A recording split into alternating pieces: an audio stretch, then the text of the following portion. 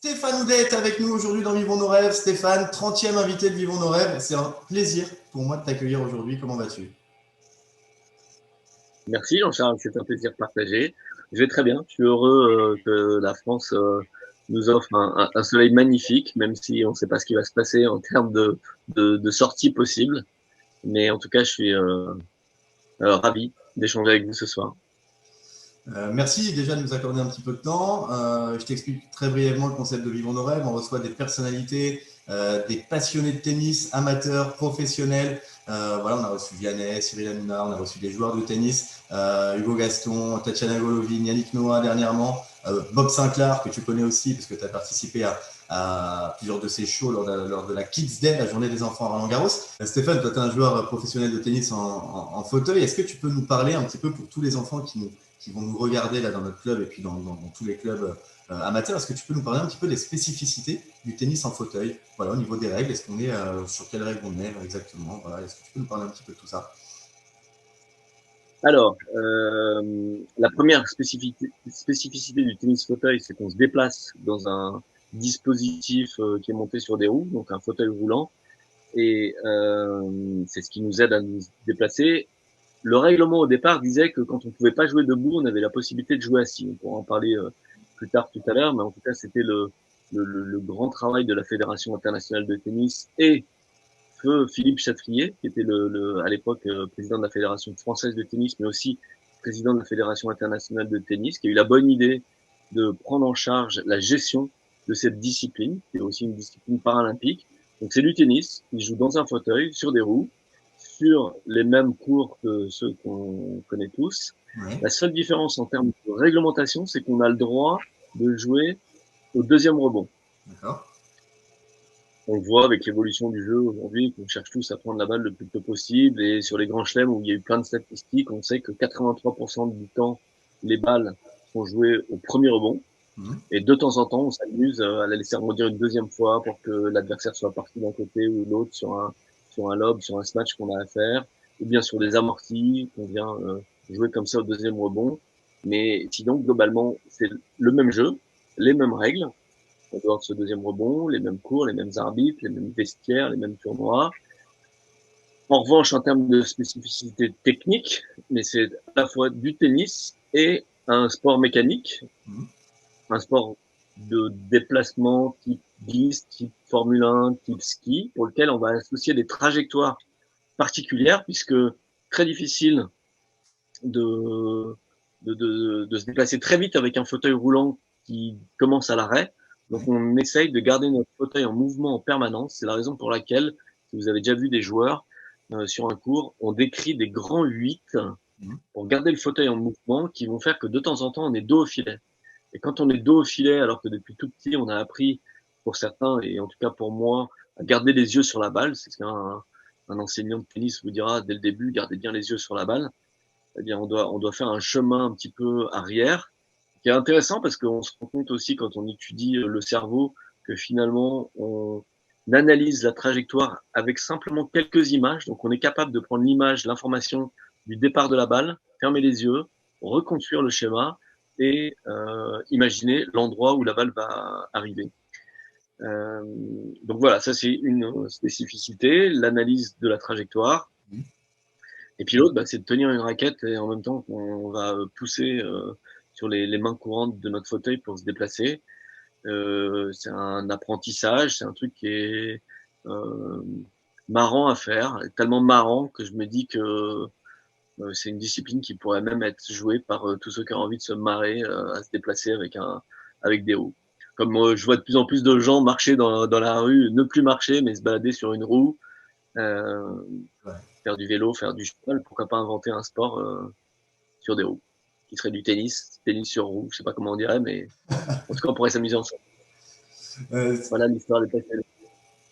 Stéphane Houdet, en quelques mots, ancien numéro 1 mondial en simple et en double, vainqueur de 23 titres en Grand Chelem en simple et en double, dont 2 à Roland-Garros en 2012 et 2013, un titre au Masters en simple et 7 en double, mais aussi médaillé d'or aux Jeux paralympiques de Pékin en 2008 avec Michael Jeremias et Rio en 2016 avec Nicolas Pfeiffer, médaillé d'argent et bronze aux Jeux paralympiques de Londres en 2012, chevalier de la Légion d'honneur en 2009, et officier de l'Ordre du Mérite en 2016. C'est incroyable ce palmarès, Stéphane. Quels sont à l'heure actuelle les 3 moments sportifs les plus forts de ta carrière? Parce que ta carrière n'est pas finie, hein, il y a encore beaucoup de choses à faire. Mais à l'heure actuelle, si tu en as 3 à retenir pour le moment? Puisque tu me dis à l'heure actuelle les 3 moments clés de ma carrière. Ma première victoire à Roland-Garros, en plus je viens d'en parler avec mes parents, Oui. parce qu'on se remémorait ce jour-là, et ce matin j'étais dans une classe à échanger avec des élèves. Ouais.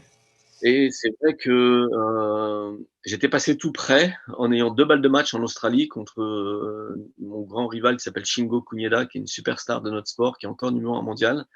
Et j'avais eu, je menais 5-4 au troisième, 15-40, et sur son service. Et il m'a fait 2 coups incroyables. Mon père est persuadé qu'il y a un de ses coups droits qui était faute parce que lui était dans l'axe juste derrière. Mais à l'époque, il n'y avait pas de challenge, donc il est revenu à 5 partout. Ensuite, il a gagné 7-5. Mais quelques années plus tard, en finale à Roland, je mène tout le match, mais on se retrouve à 6 partout au troisième set, tie break. Et là, c'est pas ce qui me passe par la tête en dehors d'une fatigue dont je me souviens bien, parce que j'ai pesé il y a pas longtemps mes roues de l'époque et elles faisaient près de 3 kilos, là où celles que j'ai aujourd'hui font 1,2 kg.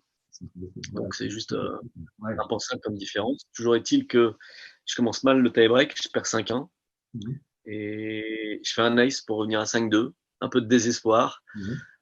Finalement 5-4, et là sur une balle qui touche la bande, non pardon, non, ça fait 6-4, mon adversaire a 2 balles de match.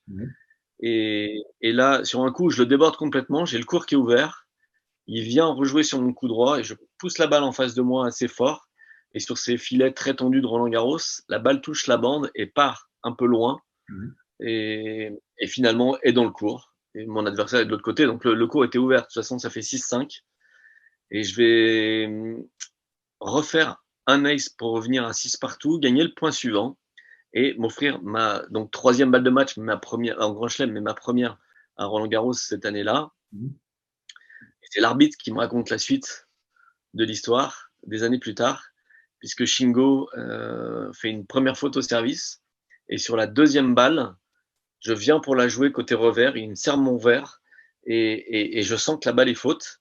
Mais bon, j'ai pas l'annonce tout de suite, je joue mon coup, le juge de ligne dit faute, et l'arbitre me dit qu'il a attendu avec élégance, avec fair play, avec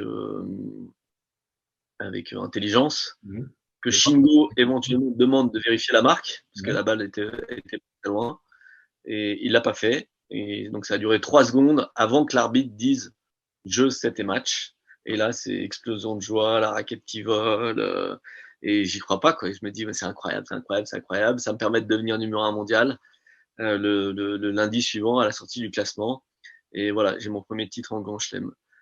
Donc ça, c'est en 2012. Un an plus tard, je vais peut-être annoncer mon deuxième grand moment, puisque on pourrait imaginer, on gagne une fois Roland-Garros, c'est un peu un coup de chance, et mon adversaire du jour, on peut tout imaginer, mais en fait, un an plus tard, je me retrouve dans la même situation, finale à nouveau contre Shingo Kunieda, à nouveau un match de dingue, 2-3 heures de match, à nouveau 6 partout au troisième, sauf que là, je mène 6-3, et c'est à moi de servir, et j'ai le truc qui est en tête, quoi. Donc je serre sur le côté avantage, je pars pour faire un slice sur le T, Shingo part, et en fait, je décale un peu et je fais un ice de l'autre côté.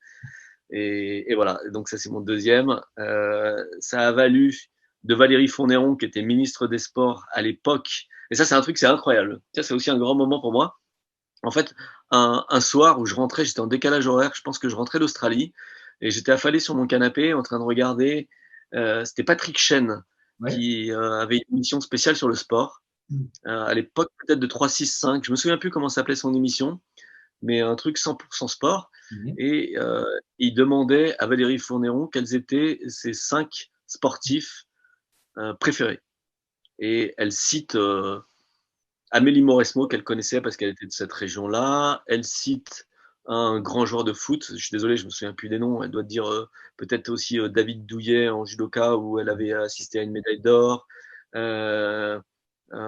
Quatrième, je me demande si c'était pas un cavalier, ou peut-être Céline Goberville qui était devenue championne olympique au tir. Mhm. Et voilà, moi je suis sur mon canapé, je regarde, et en 5, elle dit, et en 5, j'ai vécu un moment extraordinaire, et c'est la victoire de, à Roland Garros, Stéphane Houdet. Et moi je suis, non, c'est pas vrai, attends, j'enregistre, je sais pas de quoi tu parles, c'est pas vrai. Et donc ça, c'était un moment fantastique. Hors tennis, et donc le troisième, puisque tu me le demandes, en 2017, je joue la finale de. Alors déjà en 2016, je gagne effectivement une médaille d'or avec Nicolas Pfeiffer en double à Rio, mais je perds la petite finale, le match pour le bronze en simple, et donc j'ai pas de médaille en simple. J'avais une médaille d'argent en perdant en finale aussi contre Shingo Kunieda à Londres, mais là bon, je passe à côté à Rio. En revanche, donc tous mes adversaires m'avaient un peu enterré en disant bah, Stéphane, c'est pas le plus jeune, maintenant on arrive à lire son service, il pourra plus gagner, on sait comment le contrer. Et donc ils m'ont un peu enterré. Mais en 2017, je rebondis et je me mets à travailler énormément sur mon service, à retrouver des nouvelles zones, et je joue la finale de l'US Open contre le plus jeune de l'époque. Et donc la finale se joue entre le joueur qui potentiellement pourrait être le plus jeune à gagner le tournoi ou le moins jeune à gagner le tournoi. Et je vais gagner en 3-7. Et ça, c'est un autre grand moment parce que ça relance aussi ma carrière en 2017 où je travaillais moi, au ministère des Armées, et le commissaire au sport militaire qui était venu avec Nicolas nous voir en finale à Rio. C'est la raison pour laquelle on avait salué sur le podium. Je ne sais pas si Oui. vous avez cette image en tête, mais on avait salué à la levée des couleurs puisque notre commissaire était dans le stade et nous saluait. Même si nous, on était civils, on l'avait salué, on s'était mis d'accord pour honorer notre employeur et puis bien sûr la patrie.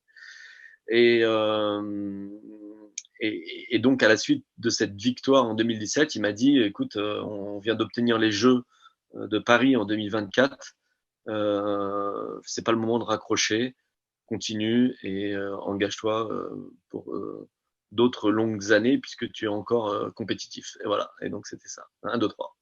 C'est Paris comme ça que 2000. je continue, en espérant pouvoir te raconter dans quelques années 4, 5, 6. Stéphane, tu as fait des études toi, pour devenir vétérinaire.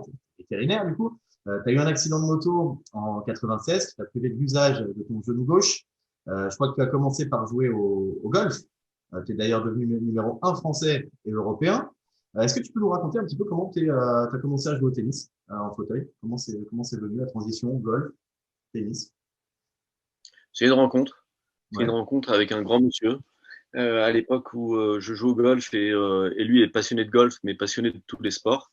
Et en fait, dans l'univers du golf, quand on va jouer une compétition, on reconnaît le parcours, Mhm. souvent le premier jour, le mercredi, avant de se lancer sur la compète. Et on joue avec des personnalités, avec des partenaires, des sponsors.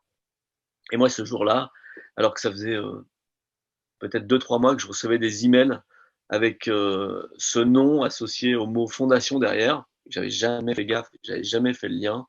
Mais quand je suis arrivé en Espagne, c'était à côté de Barcelone, c'était à Sitges.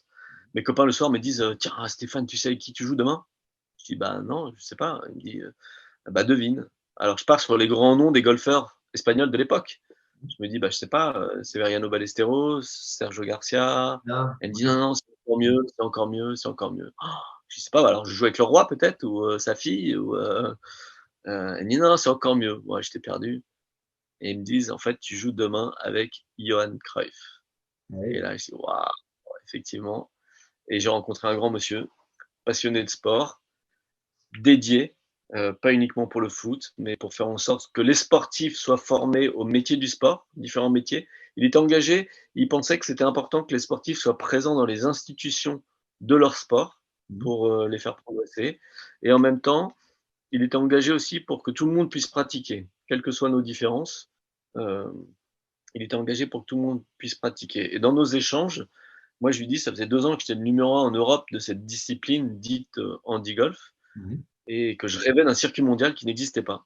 Alors il m'a dit, c'est une super idée, je vais te présenter mon directeur de fondation à Barcelone, Mhm. et on va travailler ensemble sur le sujet.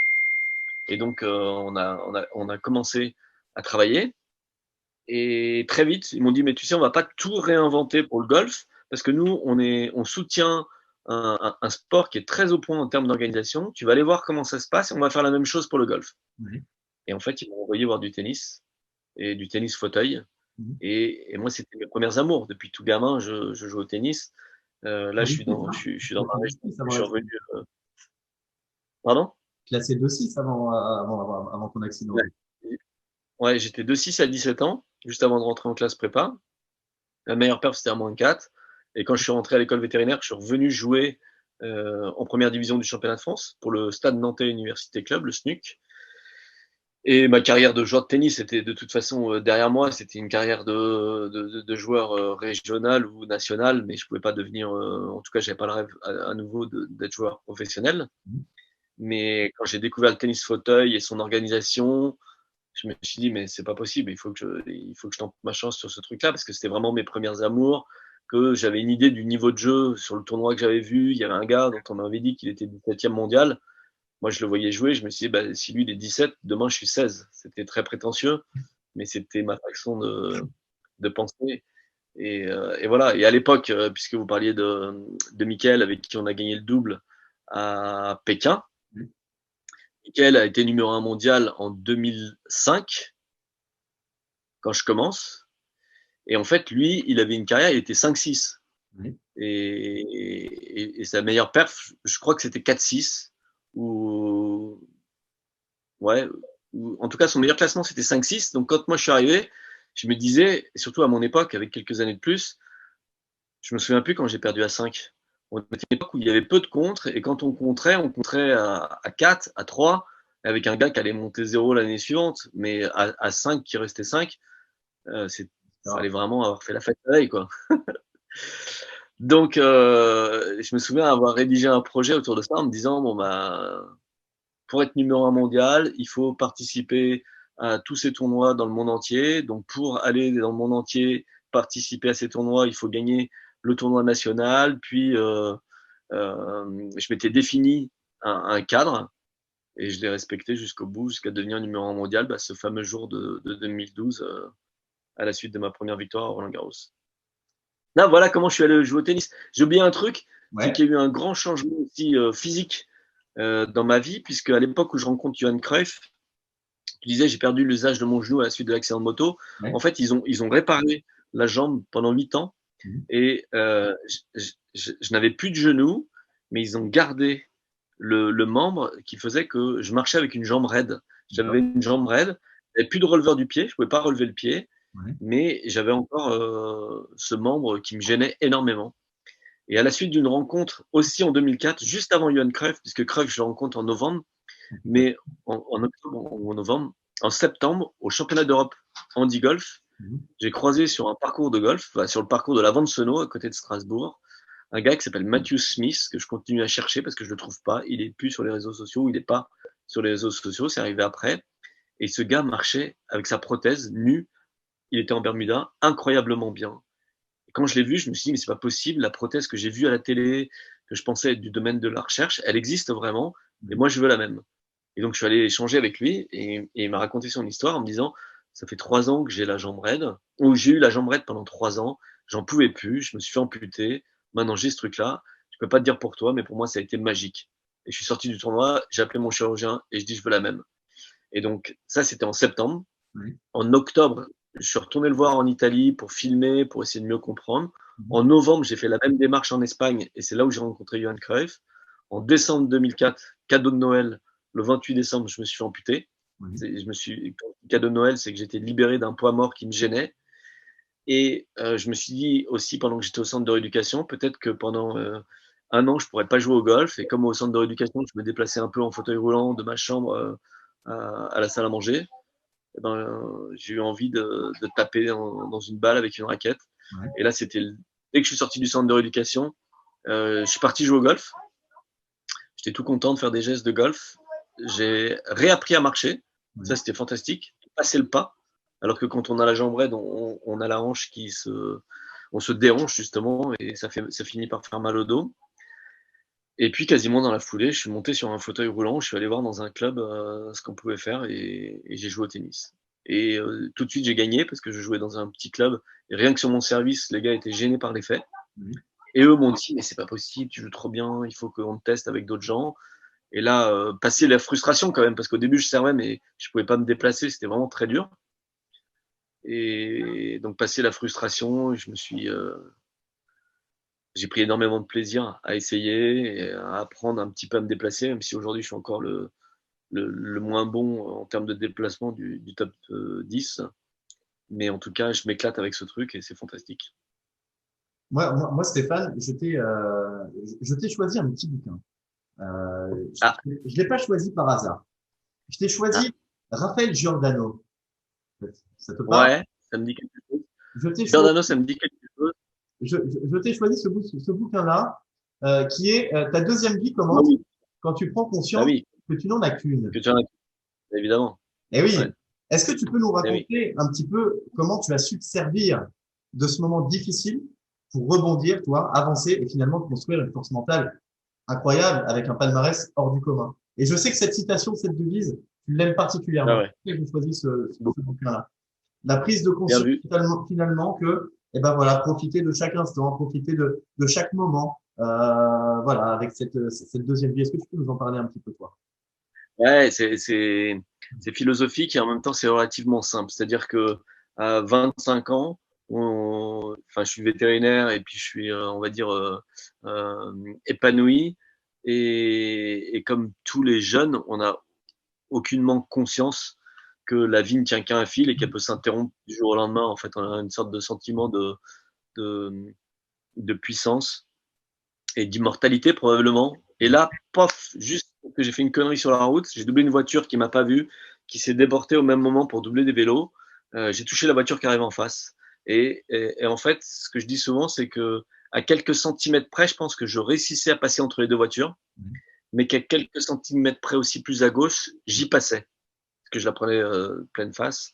Donc c'est un juste milieu de se retrouver avec l'accident uniquement sur le membre inférieur gauche. Et voilà, on réalise, on réalise. Mon père me disait toujours depuis très longtemps qu'on n'était que de passage, qu'on était un grain de sable à l'échelle de l'humanité et encore plus à l'échelle de l'univers, qu'il fallait en profiter, que tant qu'il y avait de la vie, il y avait de l'espoir. Et tous ces messages, comme si d'un seul coup, prenaient énormément de sens en se disant, ah ben ouais, mais en fait, tu sais, le petit trou que tu as sur ton compte en banque ou la rayure qu'il y a sur la voiture ou la mauvaise note.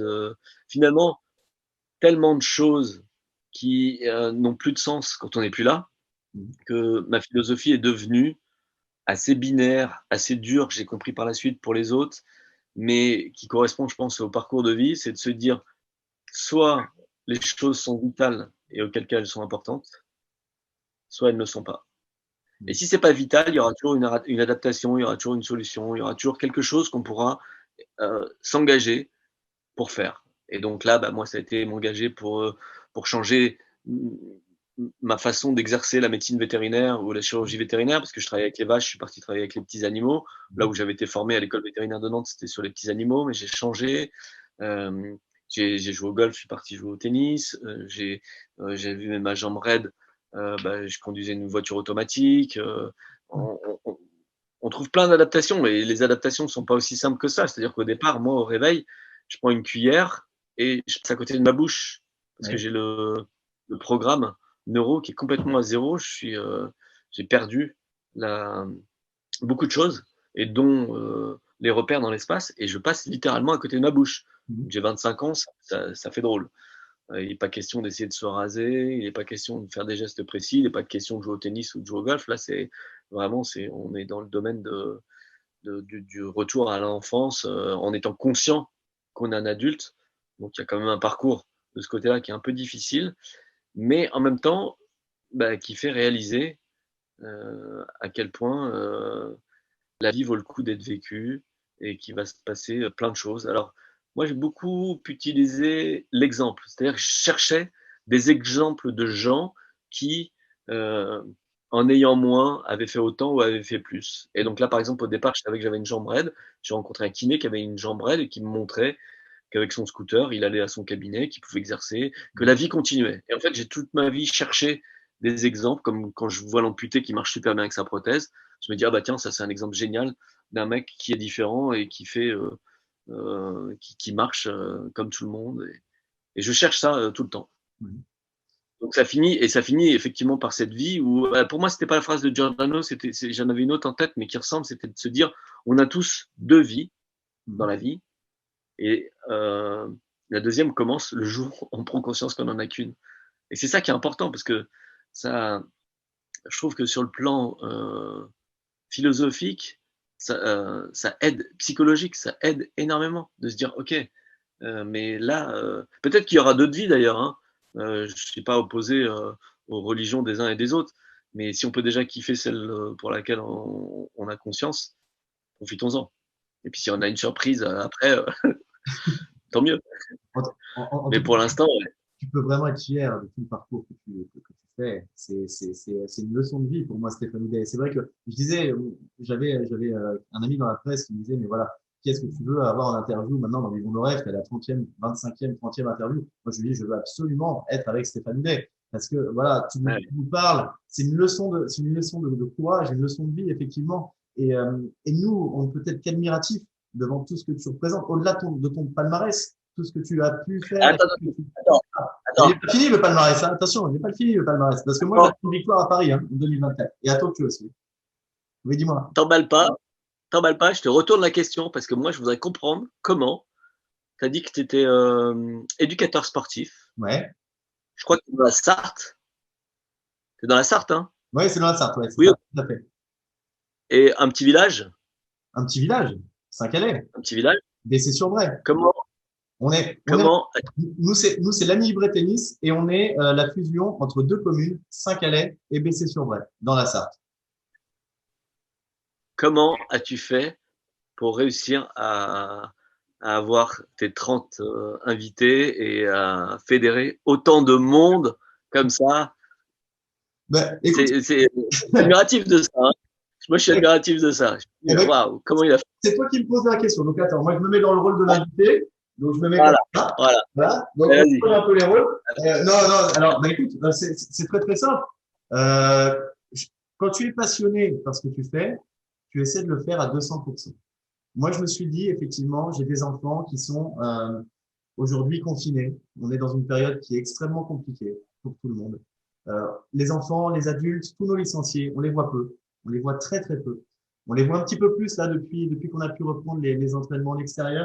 Mais pour moi, ça suffisait pas. Donc, j'ai voulu essayer de mettre en place ce petit projet puisque à travers tous les défis qui sont proposés, l'invité, effectivement, si je prends l'exemple d'Hugo Gaston, a offert 150 balles dédicacées à tous les jeunes de notre club. On a Alizé Lim qui est venu taper la balle lors de l'inauguration de nos terrains. On a Yannick Noah qui viendra participer à une inauguration aussi, Tatiana Golovin également. Et c'est vrai que quand tu vois… Bientôt Tony Parker m'a dit Alizé, hein. Ouais, Tony Parker, attention, hein, là je suis en train d'essayer de monter le projet, ça va être compliqué. Mais quand tu vois ce regard et ces yeux d'enfant qui voient les personnalités qui viennent sur le terrain, qui reçoivent les balles dédicacées par un champion, bah tu te dis, j'ai envie de continuer quoi. Alors moi j'essaie de me donner, je suis bénévole dans ce que je fais là à l'heure actuelle, puisque voilà, c'est sur mon plan personnel, mais j'ai envie vraiment de donner à tous ces jeunes, à tous ces licenciés qui méritent énormément. Et le fait de recevoir des invités toutes les 2 semaines, ça leur permet eux aussi d'avoir un petit peu cette magie et d'avoir une petite lueur d'espoir pour sortir de ce Covid avec le sourire. Voilà, tout simplement. Donc, je te remercie pour ta présence aujourd'hui, bien sûr. Bravo. Stéphane, on va reprendre le fil de l'interview. Je vais repartir là sur le rôle d'intervieweur. J'ai reçu il y a quelques semaines Laurent Luyat, que tu connais, je pense. Laurent Luyat, voilà. Qui nous invitera d'ailleurs, Laurent, qui a annoncé qu'on serait invité dans Stade 2 prochainement, pour parler justement du projet Vivons nos rêves. Je te fais passer le petit message et on en reparle après. D'ailleurs, je ferai aussi les Jeux paralympiques qui me tiennent beaucoup à cœur également. Je suis absolument passionné aussi par ces athlètes. Et en interview, c'est un bonheur. Les athlètes paralympiques, c'est vraiment, c'est des gens c'est des leçons de vie pratiquement à chaque fois qu'on les interviewe. Je trouve ça vraiment passionnant. Voilà, un petit mot de Laurent Luyat. Est-ce que tu as un petit mot, toi, à lui faire passer? Est-ce que tu le connais? Est-ce que vous connaissez un petit peu? Est-ce que tu veux lui répondre là aujourd'hui? Bah, merci beaucoup, trop chou, Laurent. Et à chaque fois, nous, on est ravis de venir sur son plateau, que ce soit au dernier étage du Central à Roland-Garros, où il nous accueille avec sa bonne humeur et chaque année, mais aussi le souvenir, c'était à Rio, où en fait ils étaient en plateau permanent et je crois qu'ils ont fait pas loin de 24 heures sur 24. Donc en parlant de Paris, ça va continuer.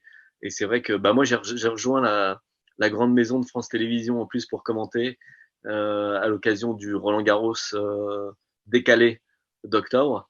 Et c'est vrai que de se retrouver comme ça entre passionnés, lui me fait rêver parce que il y a pas que le tennis pour lui. Lui, il tous les sports. Il fait le Tour de France, il fait les Jeux. C'est sûr que de se retrouver dans ces environnements-là quand on est sportif soi-même et qu'on adore ça, c'est incroyable. Mais il me reste encore quelques années. J'aimerais bien faire un tour de France, ouais. Oui, non, il reste encore de belles années à venir. Et du coup, vous êtes tenant du titre, je le disais tout à l'heure, du titre paralympique en double à Rio en 2007, contre la Pfeiffer. Vous venez de jouer une nouvelle finale en Australie contre Hewitt et Red, numéro 1 mondiaux actuellement. Entre-temps, là, il va y avoir Roland-Garros et Wimbledon avant Tokyo. Est-ce que l'objectif ultime de la saison, là, c'est de conserver votre titre à Tokyo? En double, c'est sûr que remporter le titre olympique, c'est hyper important pour nous. Il se trouve qu'en plus, par le jeu des primes, c'est le tournoi le mieux doté. Alors, ce n'est que tous les 4 ans, mais les primes paralympiques sont alignées sur les primes olympiques. Et c'est la seule fois de l'année où c'est le cas, parce que quand il y a 2 millions d'euros au vainqueur de Roland-Garros, nous, c'est 1% de ça. C'est 1%, je crois qu'aujourd'hui, ça a beaucoup augmenté et c'est 50 000 euros au vainqueur. D'accord. Mais la plupart du temps, sur les autres tournois, c'est $2 000, $3 000. Et quand on va jouer au Japon, ça nous coûte plus cher d'y aller que de gagner le tournoi. Donc, les jeux, une fois tous les 4 ans, les primes sont nettes d'impôts. C'est un cadeau que le gouvernement a fait depuis Pékin déjà. Et donc, si on gagne 2 médailles d'or, on a 2 fois la prime. Quand on gagne en double, on touche la prime chacun. On a chacun la prime. Donc, et puis voilà, ce sont les jeux. Ouais, ce que je disais, c'est Arnaud Di Pasquale quand il raconte les jeux, qu'il est transcendé par les jeux. Il est tellement triste, lui, 15 jours avant nous à Rio, de ce qui se passe pour l'équipe de France de tennis, que c'est capital pour nous d'aller gagner les jeux. En plus, moi j'ai battu Shingo Kunieda sur le court sur lequel on va jouer en finale de Coupe du Monde par équipe. Et donc j'ai en tête ce match, même si le cours sera refait. J'ai en tête ce match, donc j'ai un élément positif associé à ce futur tournoi. Et ça n'exclura pas, bien sûr, l'engagement qu'on aura pour aller chercher un titre à Wimbledon et à Roland. Bien sûr. Et tu sais qu'on parlait, j'ai reçu Julien Beneteau et Richard Gasquet il y a quelques semaines, et qui me disaient, on parlait aussi de l'importance des médailles olympiques. Eux, tous les deux ont été médaillés olympiques en double également. Oui. C'est vrai que Julien, tu ressentais, et Richard aussi, tu ressentais cette lueur dans le regard quand il parlait de sa médaille olympique. C'était vraiment un moment extrêmement fort dans sa carrière.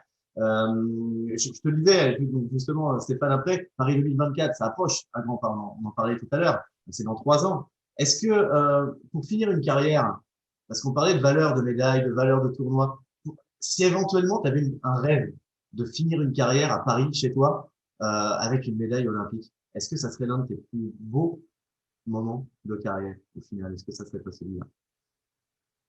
Alors, ce serait fantastique de remporter une médaille à Paris, mais en même temps, si je gagnais une médaille à Paris, ça voudrait dire… Pardon ? Tu te sentirais un petit peu…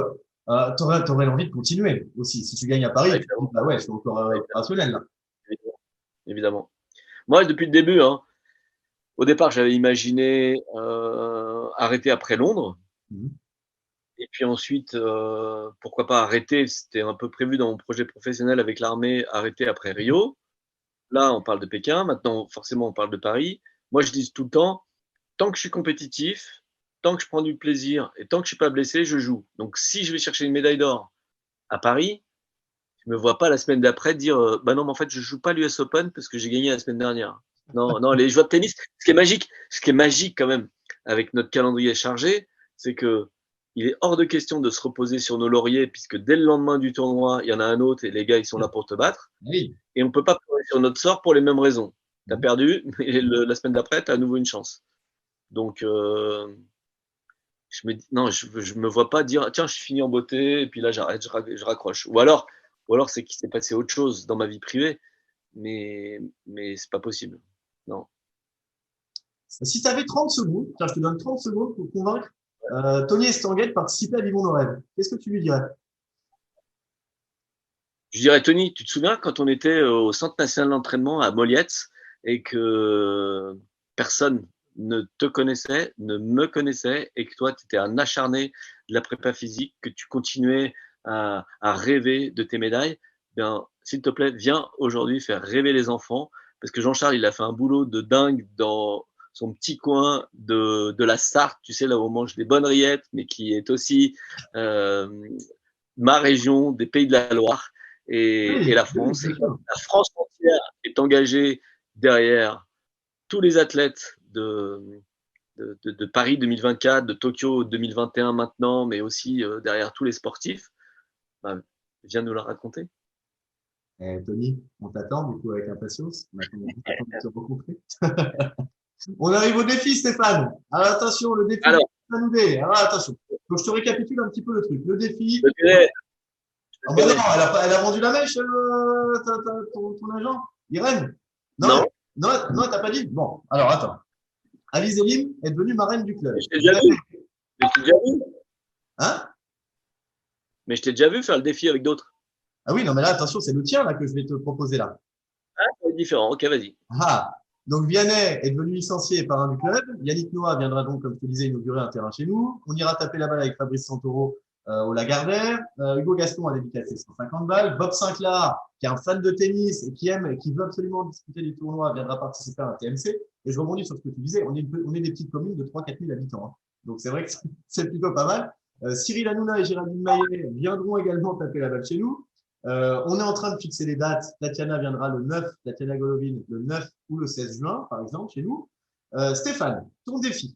Tu me parlais du département de la Sarthe. Tu sais qu'on a un Sartois en tennis fauteuil qui cartonne aussi. Frédéric Ah, évidemment. Fred. Ben oui. Cataneo. Est-ce qu'à 30 000 vues Ben oui. de cette vidéo, et en fonction, toi, de tes disponibilités, est-ce que tu souhaiterais venir effectuer un match exhibition dans notre club avec Fred et éventuellement taper la balle avec les enfants et puis nous faire découvrir un petit peu toutes les possibilités du tennis en fauteuil. Alors, ce qu'on va faire mieux. Ah bah. C'est qu'on va faire un double. C'était déjà énorme. Hein. Je me suis dit, oulala, ça va être compliqué de valider ça. Bah, vas-y, dis-moi.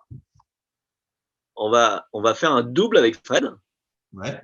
contre Cyril Hanouna et qui c'est qui vient avec lui en même temps? Géraldine Maillet, Cyril Hanouna doivent venir. Et ben voilà. Et on va leur mettre une raclée à tous les deux. Eh ben, Avec tous les enfants. Ça va faire marrer les enfants. eh ben, écoute, on peut partir sur ce défi-là. Alors, Cyril, il est un peu blessé au poignet en ce moment. Donc Ouais, moi aussi. Ah ben voilà, bon bah très bien. Bah, tu le connais ou pas? Tu le connais bien, Ce Cyril? sera. Et ouais, on joue ensemble régulièrement. Enfin, Ah on bah, jouait ensemble régulièrement. On m'a donné le poignet. tu le défi validé. On essaie de caler ça, on s'envoie des petits messages et puis on essaie de caler ça au plus vite pour permettre aux enfants d'avoir une super journée et puis de découvrir le tennis de fauteuil aussi, bien sûr.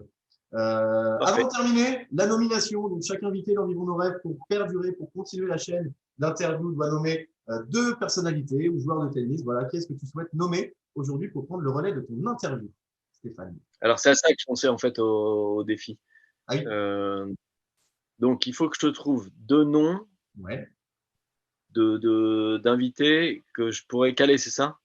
Bah, que tu pourrais éventuellement contacter ou que moi je pourrais essayer de contacter. Après, moi j'essaie de me débrouiller un peu comme je peux. Pour l'instant, ça marche bien. Mais bon, je vais associer Alizé à mon défi, puisque elle vient de l'annoncer. Peut-être que tu pourrais avoir Tony Parker. alors ouais, alors Tony Parker, moi je veux bien, mais il faut que tu me le contactes parce que là je peux pas le contacter. Ah ouais. Ok, non, je peux contacter. J'ai essayé de contacter Nathalie Hansen, son agent, mais c'est compliqué. Il a beaucoup de demandes. Si, moi j'aimerais bien. Faut prendre une femme. Ah oui, bien sûr. Femme. Eh ben, faut prendre Chloé Paquet. Eh ben Chloé Paquet. Ok, Chloé Paquet. également nommée pour participer à Vivons nos rêves. Donc, je vais essayer de la contacter. Voilà. Et puis, bah, si tu as son numéro, tu lui envoies un petit SMS, tu dis que on passe un bon moment dans Vivons nos rêves, c'est top. Avant de terminer, Stéphane, un tout Yes. petit mot pour les licenciés de la Libre Tennis et pour les enfants du club qui te suivent et qui sont une véritable référence. Est-ce que tu as un petit mot à leur faire passer? Ah, moi, je dois dire un petit mot, Ouais, un petit mot pour tous c'est les, ça? ouais, pour tous les Je dis, licenciés de la Libre Tennis qui vont regarder cette interview. alors, je vous dis à vous tous, jeunes et moins jeunes, si c'est possible, c'est déjà fait. Et si c'est impossible, vous le ferez. Franchement, Tu vois, c'est pas Giordano, mais c'est excellent. même genre. Eh ben, en tout cas, merci infiniment, Stéphane Louet, d'avoir participé à Vivons nos rêves aujourd'hui. C'était un privilège pour moi de te voir aujourd'hui. Comme je te le disais tout à l'heure, si j'avais une personne que je voulais recevoir dans Vivons nos rêves, c'était toi. Ça me fait extrêmement plaisir d'avoir pu te recevoir, qu'on ait pu discuter et échanger ensemble sur beaucoup de sujets. J'espère infiniment te voir, enfin te voir, parce que si je t'avais vu à Ace de Cœur, je sais pas si tu te rappelles, Ace de Où Cœur c'est? à Antares au Mans, tu étais venu il y a quelques années, nous, on était Ah bénévoles. oui, oui, bah, On était bénévoles, tu avais participé à une animation à Antares, il y avait Joe qui était là, il y avait Richard qui était là aussi. j'ai Euh, vu, j'ai vu ce matin une photo avec Joe, justement, ce jour-là. voilà. Et donc, je te remercie infiniment d'avoir participé à Vivons nos rêves. T'es un modèle pour nous, t'es un modèle pour moi, et j'espère véritablement que les enfants et tous les licenciés et tous les passionnés de tennis qui vont voir cette interview vont apprécier ce moment-là avec toi. Merci en tout cas, Stéphane. Ciao. Merci. À bientôt. À bientôt. Ciao. Ciao.